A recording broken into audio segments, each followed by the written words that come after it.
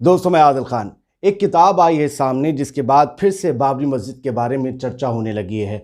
ये किताब किसी और की नहीं है बल्कि बाबरी मस्जिद राम जन्मभूमि मामले में फैसला देने वाले चीफ जस्टिस ऑफ इंडिया यानी कि सुप्रीम कोर्ट के चीफ जस्टिस, पूर्व चीफ जस्टिस रंजन गोगोई साहब ने एक किताब लिखी है।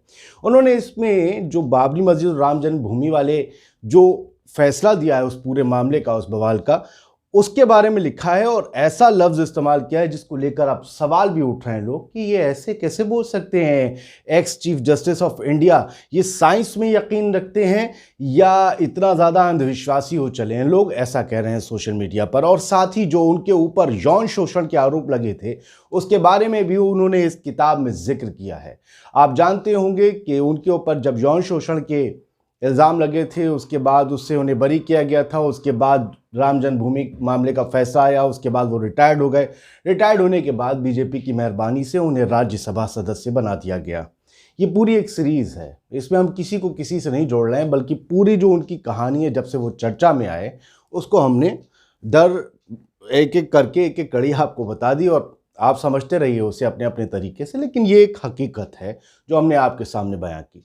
उन्होंने अपनी किताब में जो लिखा है वो बहुत महत्वपूर्ण है। उसे शब्द ब शब्द मैं वैसे लिख रहा हूँ जैसे लिखा गया है अखबार में, वैसे बोलने जा रहा हूँ और जो उन्होंने कहा है किताब में उसे शब्द ब शब्द बोलने जा रहा हूँ और आप समझिएगा कि उसके मायने क्या हैं, उन्होंने किस तरीके से उस फैसले को बयान किया और अपने ऊपर यौन शोषण के लगे आरोपों को भी बयान किया है। गौर से सुनिए।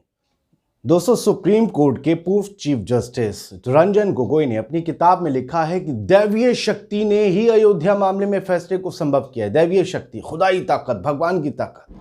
जस्टिस गोगोई ने अपनी किताब जस्टिस फॉर द जज में राम जन्मभूमि के मुकदमे से जुड़ी कई घटनाओं का जिक्र किया। इसके अलावा कॉलेजियम के कई विवादित फैसलों और जज के रूप में तमाम रोचक बातों का उल्लेख भी किया। जस्टिस गोगोई के सीजीआई कार्यकाल के दौरान ही अयोध्या मामले का फैसला आया था, आप सब जानते ही हैं। इसके बाद अयोध्या में राम मंदिर का निर्माण शुरू हो पाया था। जब जस्टिस गोगोई ने फैसला दे दिया राम मंदिर के हक में, यह भी माना गया नीचे कुछ अवशेष मंदिर के नहीं मिले लेकिन भावनाएं ऐसी हैं। खैर, जस्टिस गोगोई की अध्यक्षता वाली जजों की बेंच ने 40 दिन तक लगातार सभी पक्षों की जिरह सुनी थी और उसके बाद वो फैसला दिया गया था। उन्होंने किताब में लिखा कि यह भारत की न्यायपालिका का मानवता के इतिहास में योगदान का बड़ा अवसर था। इस फैसले के द्वारा उससे दुनिया भर के समुदायों में धार्मिक टकराव की शांतिपूर्ण और न्यायिक ढंग से सुलझाने की इच्छा जगाने की अपेक्षा की गई थी। जस्टिस गोगोई ने कहा कि सुनवाई को टालने की बहुत कोशिशें हुई। सुनवाई के आखिरी दिन एक वाकया सुनाया उन्होंने आखिरी दिन का और लिखा अपनी किताब में कि उस दिन दोपहर में सुप्रीम कोर्ट के सेक्रेटरी जनरल की पर्ची मिली कि अयोध्या केस में एक पक्ष का प्रतिनिधि सुप्रीम कोर्ट में एंट्री करने की इजाजत मांग रहा है। उन्होंने सेक्रेटरी जनरल को जवाब दिया कि उसे ना आने दिया जाए। ये शख्स सेक्रेटरी जनरल या रजिस्ट्री के माध्यम से आना चाह रहा था। मुझे उसके इरादे ठीक नहीं लगे, गोगोई अपनी किताब में लिखते हैं। मुझे उसके इरादे ठीक नहीं लगे। वो सुनवाई में बाधा डालना चाहता था। अगर उसे ऐसा करने दिया जाता तो शायद सुनवाई स्थगित करनी पड़ती। अब याद रखिएगा, इसका जिक्र ये जो बंदे की बात कर रहे हैं गोगोई, ये जल्दी आएगा और उस पर एक नई बहस चल जाएगी। मुझे लगता है या तो ये कांग्रेस से जुड़ा कोई बंदा बता दिया जाएगा या कमेटी से। खैर, चीफ जस्टिस ऑफ इंडिया ने कहा कि अप्रैल 2019 में मेरे खिलाफ यौन उत्पीड़न का आरोप लगा था। उन्हीं के एक सबॉर्डिनेट ने लगाया था, काम करने वाली ने। तब मुझे अपने खिलाफ आरोपों की सुनवाई वाले पैनल में बतौर जज शामिल नहीं होना चाहिए था। मतलब अपनी गलती मान रहे हैं कि मेरे खिलाफ इल्ज़ाम है और मैं ही जांच कर रहा हूँ। हम सब गलतियां करते हैं, इसे कबूलने में कोई नुकसान नहीं है। गोगोई साहब कह रहे हैं कि मेरे 4.5 दशक के करियर पर दाग लगाया जा रहा था, इसलिए मुझसे भी ये गलती हुई। अपने आप को साफ साबित करने के लिए मैं उस इल्ज़ाम की जांच कर रहा था जो मुझ पर लगाया गया था और इतना गंभीर था कि जिस पे हम अदालत में बैठे बैठे तय कर देते हैं बलात्कारी है, पॉक्सो एक्ट, ये सब वगैरह फलाना ढिमका।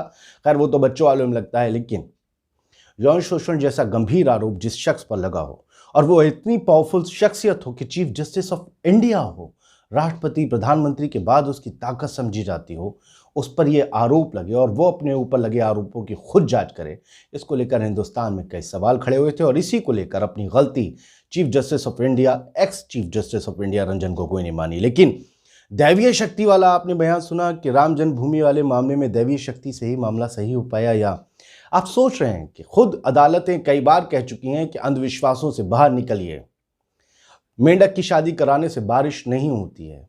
घंटी थाली थाली बजाने से कभी कोरोना नहीं भागता है, वैक्सीन बनानी पड़ती है। कितने ही अंधविश्वासों पर जब लोग मार दिए जाते हैं, औरतें मार दी जाती हैं चुड़ैल बताकर, या बच्चों की बलि दे दी जाती है अपनी इच्छाएं पूरी करने के लिए, तब भी अदालतें कहती हैं कि अंधविश्वासों से देश को बाहर आना चाहिए। और चीफ जस्टिस, माफ कीजिएगा, ex chief justice of India Ranjan Gogoi साहब जब ये कहते हैं कि कोई दैवीय शक्ति, अदालतें कभी दैवीय शक्तियों में यकीन नहीं रखती हैं। अगर दैवीय शक्तियों में यकीन रखते हुए फैसले दिए जाने लगे तो फिर अदालतों में जजों को बैठने क्यों दिया जाए? दैवीय शक्तियों पर ही छोड़ दिया जाए पूरा मामला। लोग कह रहे हैं कोई और शक्ति थी जिससे यह फैसला आया है राम जन्मभूमि का, जिसे गोगोई साहब दैवीय शक्ति कह रहे हैं। अब यह नहीं पता कि दैवीय शक्ति में वो देवता कौन है जिसका जिक्र गोगोई साहब नहीं कर रहे हैं। ये सारी वो कहानी है जो आज पूरे न्यूज में फैली हुई, लेकिन कोई ये नहीं पूछा गोगोई साहब से कि वो उन्हें क्या कहेंगे जिन्होंने 6 दिसंबर 1992 को जाकर उग्रवाद फैलाते हुए, आतंकवाद फैलाते हुए बाबरी मस्जिद को शहीद कर दिया। जब सुप्रीम कोर्ट की तरफ से गाइडलाइन दी गई थी कि उसका संरक्षण किया जाए, उस पर कोई हमला ना हो, उस वक्त की बीजेपी हुकूमत उत्तर प्रदेश की कल्याण सिंह की, उन्होंने ऐसा नहीं किया। जो मस्जिद तोड़ने जा रहे थे उनको नहीं रोका, कहा कि हम गोली नहीं चलाएंगे, पैर पे मारते, लाठी चार्ज करते नहीं, क्योंकि तय कर लिया गया था कि बाबरी मस्जिद को शहीद करना है। और तभी से इस मुल्क की हवा खराब हुई। उस मामले में यह भी माना जाता है कि उस जहां पर मस्जिद थी उसके नीचे कोई अवशेष मंदिर होने का नहीं मिला, लेकिन भावनाओं के चलते, क्योंकि एक बड़ा समूह यह मानता है वहां राम मंदिर था, कभी राम मंदिर के हक में फैसला दिया गया। राम मंदिर कभी गिराया गया था किसी मुगल काल में, किसी ने नहीं देखा। अफसोस कि उस जमाने में ना वीडियो कैमरा होते थे ना कैमरा। लेकिन 1992 में 6 दिसंबर को जब मस्जिद को शहीद किया गया तो उसके वीडियो फुटेजेस सबके पास हैं। सबने देखा किसने गिराया, लोगों ने कबूल किया। फिर भी अदालत ने क्या फैसला दिया वो जानते हैं। और अब उसी फैसले को ex chief justice of India Ranjan Gogoi दैवीय शक्ति बता रहे हैं। आप हंसिए या अफसोस कीजिए, ये आज के समाचार थे। अच्छा लगा हो वीडियो तो सब्सक्राइब कीजिए ताकि हम आपको बेहतर तरीके से आगे भी न्यूज़ सुना सकें। शुक्रिया। जय हिंद।